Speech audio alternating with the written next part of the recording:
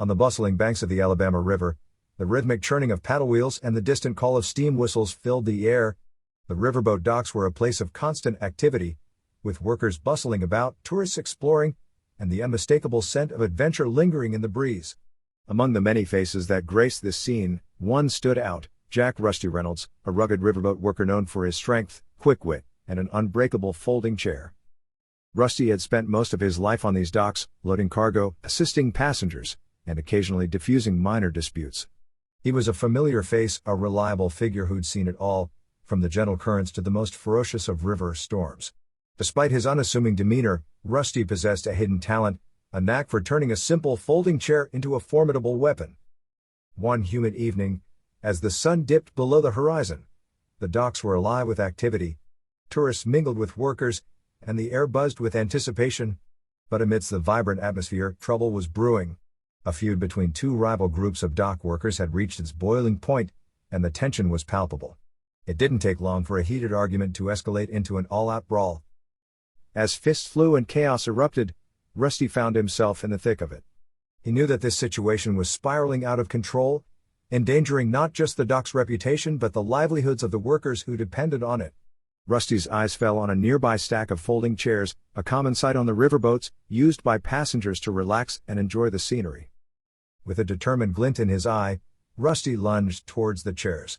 He grabbed one, its metal frame surprisingly sturdy in his grip. He unfolded it with a practiced motion, creating a makeshift shield that he positioned between himself and the chaos unfolding around him. As angry shouts and fists continued to fly, Rusty moved with surprising agility for a man of his build. He used the folding chair as both a barrier and a weapon, parrying blows and creating space between himself and his adversaries. He wasn't interested in hurting anyone. His goal was to defuse the situation and restore order. Rusty's actions caught the attention of those involved in the brawl. The sight of him using a folding chair as a shield and a buffer was both unexpected and comical. Slowly, the combatants began to pause, distracted by the unusual sight before them. As the fighting ebbed, Rusty took advantage of the lull to speak. "Enough of this nonsense," he bellowed, his voice carrying over the chaotic scene. "We're all here to earn a living, not to tear each other apart." His words struck a chord. The workers, who had moments ago been consumed by anger, now stood frozen, their eyes fixed on the man with the folding chair. Rusty lowered his makeshift weapon, a calm resolve in his eyes. "We're a community," he continued, his tone softer now. "We rely on each other to keep these boats sailing, to make sure our passengers have a good time. Let's settle our differences with words, not fists."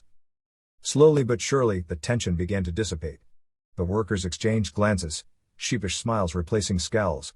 Rusty's wisdom and unexpected choice of weapon had diffused the situation, turning a mass brawl into a moment of reflection. In the days that followed, the story of how Rusty had used a folding chair to stop a brawl spread along the docks. It became a tale of wisdom and humor, a reminder that even in the midst of chaos, there was room for reason and unexpected heroes. And as the riverboats continued to ply their trade along the Alabama, Rusty's folding chair remained a symbol of unity and the power to bring about change in the most unexpected of ways.